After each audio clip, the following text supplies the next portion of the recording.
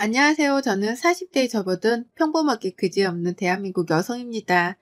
일남이녀 집안의 장녀로 태어나 약간 돌아있는 상태로 어린 시절을 보내긴 했지만 지극히 평범한 학창 시절을 보냈고 또 지극히 평범한 직장인이 되어 살아가고 있어요. 평범하게 살았다 보니 배우자도 저만큼이나 평범한 사람을 만나서 보통의 가정을 꾸리고 살고 있고요. 참고로 아이는 없습니다. 남편이 평범하긴 평범한데 술만 마시면 길바닥에 드러누워 잠드느라 소식이 끊기는 더러운 술버릇을 가지고 있더라고요. 네, 지금껏 살며 제 인생에 찾아왔던 가장 큰 시련이자 보통스럽지 않은 반전이었습니다. 그 덕에 이 남자랑 아이 낳고 살았다가는 큰일이 나겠구나 싶었고요. 술버릇부터 고쳐놓고 난 후에 아이를 낳는다는 것이 그만 제가 40대에 접어들고야 말았어요. 아이는 보기 좋게 포기를 했고요. 아무튼 평범한 사람이 맞는데 남편을 만나 보지 못한 반전 모습을 목격하며 조금씩 제 삶은 평범함에서 이상한 쪽으로 틀어졌던 것 같습니다. 그리고 현재 저는 제 삶에 큰 변화를 준 남편에 이어서 시어머니 때문에 사연을 적고 있네요. 남편이 제 삶을 이상하게 만들어 놓았다면 시어머니는 제 삶을 쑥대밭으로 만들어 놓은 장본인이랍니다. 어디에 얼마나 제 삶을 쑥대밭으로 만들어 놨는지는 지금부터 세세하게 풀어볼게요. 한마디로 시어머니를 표현해보자면 이분은 앞뒤가 굉장히 구린 분이세요. 며느리인 저의 평가니까 조금 객관적이지 못하다 싶을 수도 있지만 사실입니다. 정말로 앞뒤가 구리세요. 결혼 초부터 시작된 남편과 제 사이의 이간질로 인해서 한동안은 제가 마음고생을 엄청 했답니다. 앞에서는 우리 며느리라고 하시면서 잘 챙겨주시는 듯 하더니만 뒤에서는 남편을 붙들고 제가 미련스럽다며 뒷담화를 엄청 깠더라고요. 행동이 굼떠서 시어머니가 꼭 시켜야만 움직이고 그제서야 움직이는 것도 답답해 죽겠다고 말이죠. 말을 꺼내는 것도 속으로 한참 생각하고 말하는 것 같은 게 꼭 가식덩어리 같다고요. 이 말을 듣고서 한동안은 정신이 멍해 일도 잘 손에 잡히지 않았답니다. 저로서는 처음 들어보는 저를 향한 평가였기에 인생을 다시 태어난 듯 황망했죠. 대한민국에서 나고 자라 스피드 하나만큼은 최고라 여기며 살던 저였거든요. 느리고 답답하고 속에 꿍해놓고 사는 게 싫어서 행동 하나만큼은 결단력이 빠르다 자부하는 저였습니다. 오히려 회사에서도 일처리가 늦은 부하 직원을 보면 속이 답답해 한숨이 절로 나오기도 하는 저였고요.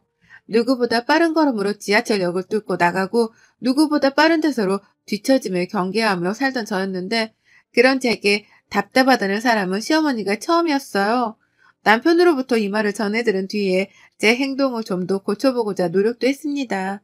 시어머니가 부르시면 일부러 더욱 빨리 몸을 움직였고 내가 나서서 잔일을 하기를 원하는 건가 싶어서 저 혼자 부엌에 죽 치고 서서 설거지를 해보기도 했죠.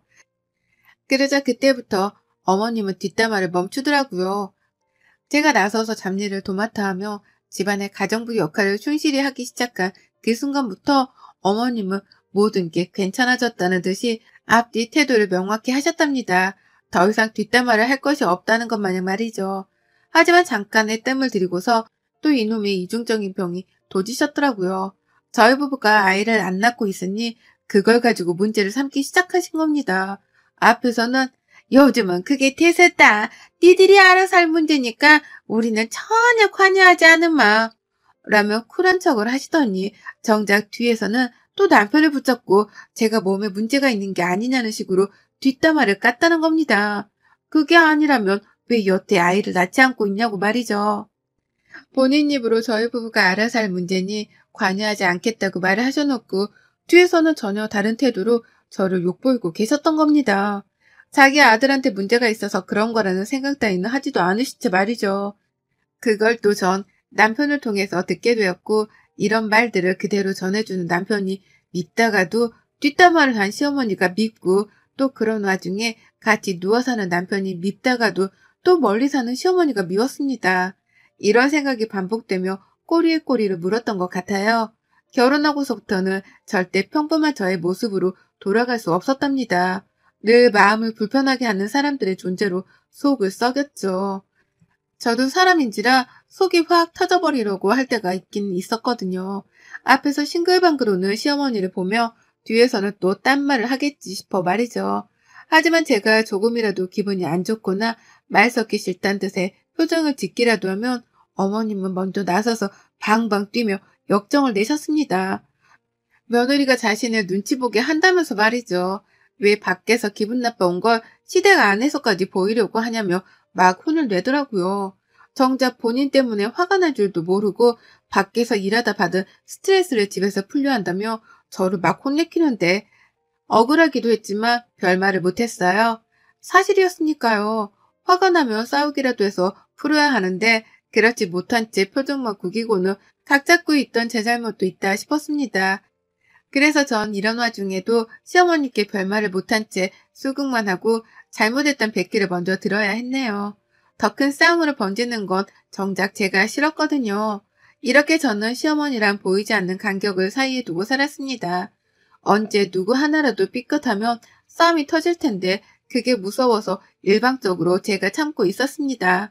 이렇게 답답함을 유지한 채로 시댁에 가면 늘 시어머니 눈치를 보기 바빴고 잘 지내고 온 날이라 할지라도 어제 어디서 제 뒷담화를 깔지 모른다는 생각에 진심을 느낄 수는 없었답니다. 남보다 못한 사위와도 다름이 없었죠. 그리고 이런 모습을 저희 친정에서는 너무 안타까워하셨어요. 특히 저희 아버지는 제가 너무 힘들게 사는 게 아니냐면서 그 나이에 눈물까지 자주 훔치셨습니다. 자신을 쏙 빼다 닮고 가장 아끼며 키웠던 큰딸인데 결혼해서 아이도 낳지 않고 마음고생이 심한지 살이 쪽쪽 빠져가는 걸 누구보다 안쓰러워 하셨던 거죠. 옆에서 지켜보며 말입니다. 그와 더불어 한 번은 결혼 2년 차에 저희 아버지가 남편과 저의 대화를 엿들은 적도 있었어요. 친정에 갔다가 남편이 눈치 없이 우리 엄마가 알면 자들어지시겠네 라며 저한테 속삭이듯 말을 했거든요. 친정에 와서 제 손으로 과일 깎은 걸 가지고 남편이 시어머니께서 질투할 게 뻔하다며 하는 농담이었습니다. 그걸 가지고 아빠는 제가 시어머니한테 그리 큰 이쁨을 받지 못한다는 걸 눈치챘던 것 같아요. 시모 성격이 보통이 아니라는 것도 말이죠. 그래서 그 후로는 별의별 것들을 사다 주면서 제게 기쁨을 주려 하셨어요. 이를테면 생일이 아닌데도 카페 쿠폰을 보내주신다거나 생일일 땐 꼭 제가 가지고 싶은 걸 미리 물어보셨다가 사주시면서 말이죠. 제 나이가 벌써 40이 넘었는데 아빠 눈에는 제가 아이 같아 보이는 건지 저희 아버지는 꼭 제게 선물을 챙겨주시곤 하셨습니다. 여전히 먼저 전화를 걸어서 안부를 물어주시고 가끔씩은 심심하다며 드라이브를 나가는데 저를 동행해 가기도 하셨죠. 그런 아버지께 저도 늘 가까이에 있는 절친한 친구가 되어드리고 싶고요. 그러던 중 제가 2달 전 생일이었습니다. 그리고 올해도 역시나 저희 친정 아버지께서 선물을 보내주셨어요. 그전부터 계속해서 뭘 가지고 싶은 게 없는지에 대해 물어보시더라고요. 너무 많은 선물을 받기도 했었고 제가 나이도 있는지라 아빠한테 부담을 드리고 싶지 않았습니다. 그래서 저는 다 받았으니 더 이상 따로 사려 하지 마시라며 말렸죠. 그런데 아빠가 생일날 엄마랑 같이 집에 찾아와서는 선물을 건네주시더라고요. 명품 브랜드의 가방이었습니다. 1, 200 하는 것도 아니고 무려 500만 원 호가하는 명품 가방 말이죠. 아빠가 딸내미 선물 하나 근사한 걸로 사주고 싶었다면서 그걸 건네주는데 옆에 있던 남편도 그렇고 저도 그렇고 자지러지는 줄 알았어요. 이런 비싼 선물은 제 남편도 사준 적이 없었거든요. 저희 부모님께서는 모아놓은 돈도 있으셨고 저나 동생들 모두 다 번듯한 직장에서 일을 하는지라 가져다 드리는 용돈도 제법 두둑했습니다. 거기에 엄마가 재테크에 능하셔서 젊은 시절 벌어놓은 돈도 제법 있었고요. 부모님이 어려운 지갑 사정을 감안하고 사주신 가방은 아니었기 때문에 큰 부담은 없었지만 그럼에도 불구하고 나이 드신 부모님이 딸 자식 챙긴다며 명품 가방을 사주셨던 사실은 너무나 송구할 따름이었어요. 내가 좀 더 재밌게 잘 사는 모습을 보여드렸다면 이렇게까지 비싼 가방을 사주시려 하진 않았을 텐데 나에게서 이렇게라도 좋은 걸 해주며 기쁨을 주려 하셨나 싶더라고요. 참, 자식으로서 별의별 생각이 다 들었던 것 같습니다. 마냥 비싼 가방을 받았다고 좋아라만 할 수도 없었고 기뻐라 할 수도 없었어요. 복잡한 감정이 놓인 채로 부모님 앞에서는 가면을 쓴 채 철없이 감사하다고 잘 쓰겠다며 누구보다 좋아라 했네요. 그런데 그 가방의 존재를 시어머니가 알아보셨어요. 남편이 신이 나서는 시어머니한테 전화를 했더라고요. 장인어른이 이 사람 생일 선물로 명품을 사주셨는데 엄마는 뭐 없냐고 하면서 그 와중에 철딱서니 없이 시어머니께 제 생일 선물을 찾은 겁니다. 생일 축하한다는 전화 한 통 없던 사람인데 선물을 사놨을 리가 있냐고요. 근데 남편은 시어머니께 연락을 드려서는 제 선물을 찾았던 거죠. 아빠가 사주셨던 가방의 존재까지 털어놓으면서요. 그리고 그 후 시댁에 갔을 때 어머님은 제 명품 가방만을 찾으셨어요. 제가 오건 말건 아들이 오건 말건 이런 건 아무 관심도 없으셨고 오로지 가방에만 집중을 하셨습니다. 너희 아버지가 사다 주신 그 가방은 뭐냐? 이거냐? 이게 아닌데 왜 안 들고 왔어? 나도 보고 싶은데. 라고 하면서요. 그 바람에 저는 부담스러워서 안 메고 갔던 가방을 그 후에 시댁을 방문할 때 맸고요. 그날 어머님은 니네 아버지도 참 나이 먹은 딸한테 이게 뭐니? 얼마나 돈이 남아 돌면. 라고 하면서 가방을 한참이나 만지작거리셨어요. 앞뒤가 워낙 다른 분이신지라 도무지 무슨 생각을 하고 계신지 감도 안 오더라고요. 가방이 닿을까 걱정이 될 만큼 그걸 만지작거리니까 저도 슬슬 기분이 안 좋긴 했으나 그걸 달란 소리는 안 하니 그게 어딘가 싶었습니다. 본인도 시아버지가 사주신 명품 가방이 2개 있으면서 난 이런 걸 언제 받아보나 라고 하며 누구 들으라는 식으로 말씀을 꺼내는 것도 살짝은 이해가 가지 않았죠. 그러다 생각했습니다. 시아버지한테 새로운 가방을 또 선물 받고 싶어서 질투작전을 벌이시는 건가 싶더라고요. 그러니까 굳이 며느리한테 가방을 시댁으로 들고 오라고 하신 걸로도 모자라 이런 걸 언제 받아보자는 말을 해가면서 관심작전을 펼쳤던 것이라고 말이죠. 그래서 저는 어머님이 가방을 하루 좀 빌릴 수 있겠냐고 물어보는 말에 네라고 대답을 했습니다. 별말 안 했거든요. 그냥 집에서 메고 있겠다고 황당하게 말씀을 하길래 시아버지 앞에서 가방을 보여드리려고 그러는 건가 싶었어요. 그래서 새 가방을 받아내려 저러시는 건가 싶은 마음에 별 경계를 하지도 않은 채 그러라고 했습니다. 분명 집에서 가지고 있겠다고 했으니까요. 하지만 그날 후 저는 가방을 되돌려받지 못했어요. 이틀이 지나고 또 일주일이 지나도 먼저 돌려주겠다는 말을 안 하길래 물어봤습니다. 가방을 돌려받으러 집에 가겠다고 말이죠. 하지만 어머님은 바쁘다고 집에 없다는 핑계를 대시면서 제가 집에도 못 오게 하셨어요. 평소에는 그렇게 와라와라 노래를 불러가면서 저를 찾으시던 양반이 말입니다. 제 가방의 행방을 찾기 시작한 건 그때부터였어요. 이러다 시어머니가 우리 아버지가 사주신 가방을 얌체처럼 가져가는 게 아닌가 싶었던 마음에 하루빨리 내 가방을 되돌려받겠다며 연락을 취했죠. 집에 놓고 가시면 제가 들어가서 그냥 가지고 나오겠다고도 해봤고 저녁에 바쁘시면 하루 정도 시간 되는 오전에 우리 집에 들려서 가방만 놓고 가시라고 집 비밀번호까지 알려드렸습니다. 하지만 그럼에도 어머님은 소식이 없었어요. 어머님뿐만 아니라 제 명품 가방도 소식이 딱 끊겨버린 것이었죠. 그렇게 저는 무려 한 달을 버텼습니다. 내 아버지가 주신 가방을 제대로 몇 번 들어보지도 못한 채 시어머니한테 가져다 드렸고 그러고는 무려 한 달이나 가방의 행방을 찾지 못한 채 시어머니의 연락을 기다렸어요. 어머님은 그 한 달 사이 저를 집으로 부르기는커녕 연락조차 닿기가 쉽지 않았고 그러는 사이 자기 아들인 제 남편하고도 연락을 안 하시더라고요. 참 희한한 노릇이었죠.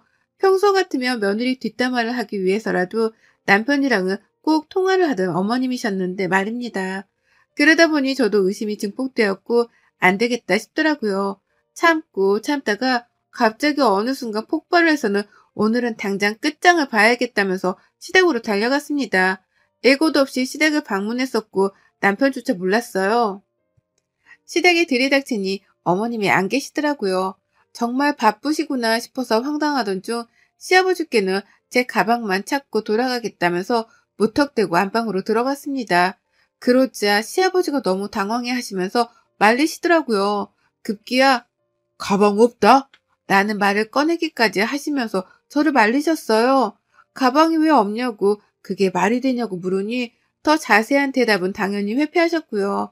시어머니가 메고 나가신 건가 싶어서 기분이 더 잡쳤습니다.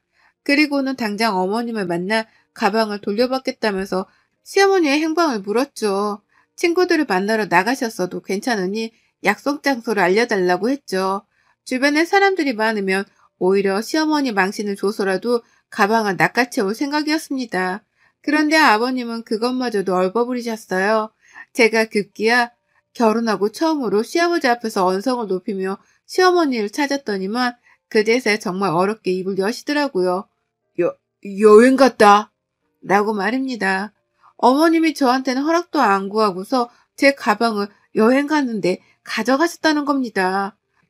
아직 3달이나 남아있었던 자기 칠순 여행이요. 기가 막혀서 말도 안 나왔네요. 당장 시어머니는 연락이 안 되는데 여행을 떠나셨고 시아버지는 아무것도 하지 못하시고 그 집안에서 답답해 숨이 넘어가는 줄 알았어요. 시아버지한테 화풀이를 할 수 없는 노릇이니까요. 앞에서 막 신경질만 내다가 일단 집을 나왔고 그로부터 3일 내내 시어머니를 만나겠다며 매일같이 퇴근하고 시댁을 찾았어요. 어머님이 언제 집에 돌아올지에 대해 시아버지가 말씀을 안 해주신 바람에 하는 수 없다며 제가 시댁으로 출근 도장을 찍은 거죠. 그리고 저는 무려 일주일이 또 지나서야 시어머니를 뵈었습니다. 정말로 여행을 다녀오셨더라고요. 그것도 동남아로 해외여행을 말입니다. 피부가 새까맣게 타서는 누가 봐도 휴양지에서 놀고 먹다 온 모습이더라고요. 집으로 찾아온 저를 보며 기겁을 해서는 진보떨이를 숨기려 하는데 때는 이미 늦었죠. 저는 어머니께 아는 척도 하지 않고 그 가방을 제 손으로 뒤졌습니다. 내 아빠가 주신 선물만 찾고 집에 돌아갈 거니까 아무 말씀도 하지 말라고 말을 한 채 제 손은 누구보다 열심히 어머님의 여행 가방을 뒤졌어요. 하지만 제 명품 가방은 아무 곳에도 없었습니다. 어머님은 다소 난폭한 제 모습에 방법이 없다 싶었는지 앞에서 안절부절을 못하더니만 내 가방 어딨냐고요. 당장 내놔요. 라고 발악을 하며 소리를 치는 저를 향해 처절한 목소리로 대답하셨어요. 없어. 라고요. 뱉어낸 말에 책임을 져야 했고 답은 없다 싶었던지 눈을 질끈 감은 시어머니 감이 오더라고요. 어디다 잃어버리기라도 한 건가 싶어 왜요? 왜 없어요? 라고 물었더니만요. 세상에 예상치 못한 대답이 돌아왔습니다. 그걸 팔았다네요. 친구한테요. 친구네 부부가 같이 동남아 여행을 가려고 비행기 티켓에 호텔까지 다 예약을 해놨었는데 친구 남편이 바람을 피우다가 걸려버린 바람에 이혼을 했다는 거예요. 그래서 어머님 친구는 졸지에 여행을 혼자 갈 처지가 되었다고 하고요. 그걸 같이 가주는 대신에 저한테서 받은 그 명품 가방을 친구한테 넘겼다는 겁니다. 여행 경비 대가로 명품 가방을 선물했다는 것이었어요. 그걸 친구분께서는 요즘 명품 가방이 재테크용으로도 좋다면서 덥석 받기도 했다고 하고요. 정말 첩첩산중이었습니다. 화가 나 눈에 보이는 게 없었어요. 시어머니 여행 가방을 집었다가 바닥으로 내팽개쳐 가면서 고릴라를 방불케 하는 역정을 쏟아냈습니다. 당장 내 가방을 내놓으라며 소리를 지르다 못해 안방으로 기어 들어가서는 시어머니가 가지고 있던 2 명품 가방을 들고 나왔죠. 내 가방을 멋대로 판 대가로 이 정도는 줘야 하지 않냐면서 시어머니 가방을 제 팔에 맸거든요. 그러자 어머님 난리시더라고요. 야, 니네 부모님은 여유 있잖아. 그러니까 그 나이에 40 넘은 자식한테 명품 가방도 사주는 거지. 우리는 난 내 인생에 그게 마지막 명품 백들인데 그걸 네가 가져가면 어쩌라는 거야. 내가 이 나이에 이딴 걸로 며느리랑 몸싸움을 해야겠냐? 라고 하면서 그 가방을 도로 달라며 붙잡고 놓아주질 않으셨죠. 노인네가 어찌나 힘도 센지 또 목소리는 어찌나 꺼렁꺼렁하게 크던지요. 내가 아는 시어머니가 맞다 싶으면서도 이런 찌질한 모습까지 있으셨나 싶어 오만 감정이 들었습니다. 무엇보다 그 나이를 먹고도 여태 명품 타령을 해대는 꼴이 절대로 멀쩡해 보이진 않았네요. 오히려 추잡스러워 보였으면 몰라도 말이죠. 그러니 저는 더욱 치열하게 어머님의 딱 2개 남은 그 명품 가방들을 뒤도 돌아보지 않은 채 팔에 고정시킨 후 들고 뛰쳐나와버렸습니다. 시어머니의 비명소리가 들려왔는데요. 이제 이거 제 거예요. 제 가방 도로 가져다 놓기 전까지는 이건 제 겁니다. 일주일 안에 안 들고 오시면 저 이거 싹 다 팔아버릴 거예요. 라는 말을 남기고는 도망치듯 시댁을 벗어났습니다. 시어머니는 집 밖까지 맨발로 쫓아나오셨지만 저를 잡지 못하셨어요. 그리고 전 정말로 일주일 안에 어머님이 내 가방을 돌려놓지 않으신다면 이 가방들을 팔고 남긴 돈으로 아빠가 사다 주신 가방과 똑같은 걸 도로 살 예정이었습니다. 왜냐고요? 저희 아빠가 실망하시는 걸 두고 볼 수 없었으니까요. 제가 잘 메고 다니는 모습을 보여드리고 싶었고 그러기 위해선 똑같은 가방을 사놓는 게 최선이었습니다. 그리고 그 후 어머님은 일주일 안에 제 가방을 돌려주지 못하셨답니다. 난리도 아니었어요.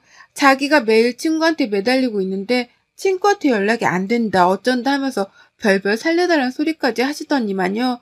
결국 시간 안에 가방을 가져오지 못하게 되시면서 저는 계획했던 대로 어머님의 명품 가방 2개를 중고 사이트에 팔아 넘겨버렸답니다.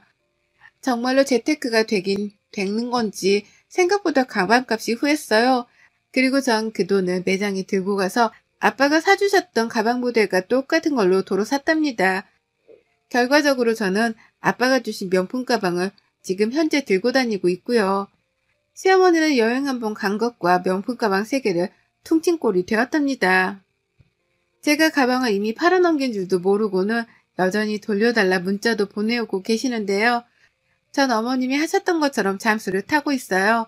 어머님이 저한테 가방을 팔아넘긴 걸 말씀 안 하셨듯이 저도 안 할 겁니다. 그러다 아시게 되어도 소용없네요. 이미 2개의 가방은 팔아넘겨졌고 저는 제 가방을 더 이상 어머님께는 보여드리지도 않고 빼앗기지도 않을 거예요. 그러게 며느리 가방은 왜 함부로 손을 대다 못해 친구한테 넘겨서는 이사단을 만들어 내신 건지 그 나이에 명품 거리는 것도 참 추접스럽고 그 나이에 며느리랑 가방 하나로 몸싸움을 한 것도 두고두고 회자가 될 것 같습니다. 함부로 내 친정은 금전적인 여유가 있으니 이런 가방을 마음껏 사줄 거라고 단정 지으신 것도 큰 실수였고요. 지금 제 심정은 이런 시어머니가 내 시어머니란 것이 그 어느 때보다 쪽팔립니다. 한 번도 자랑스러웠던 적은 없지만 이번 일로 인류애까지 상실된 기분이랄까요?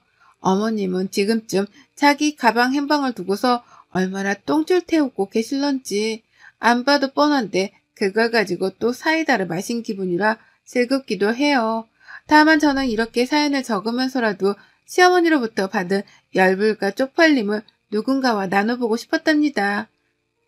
여러분의 생각은 댓글로 남겨주세요. 오늘도 시청해 주셔서 정말 감사합니다.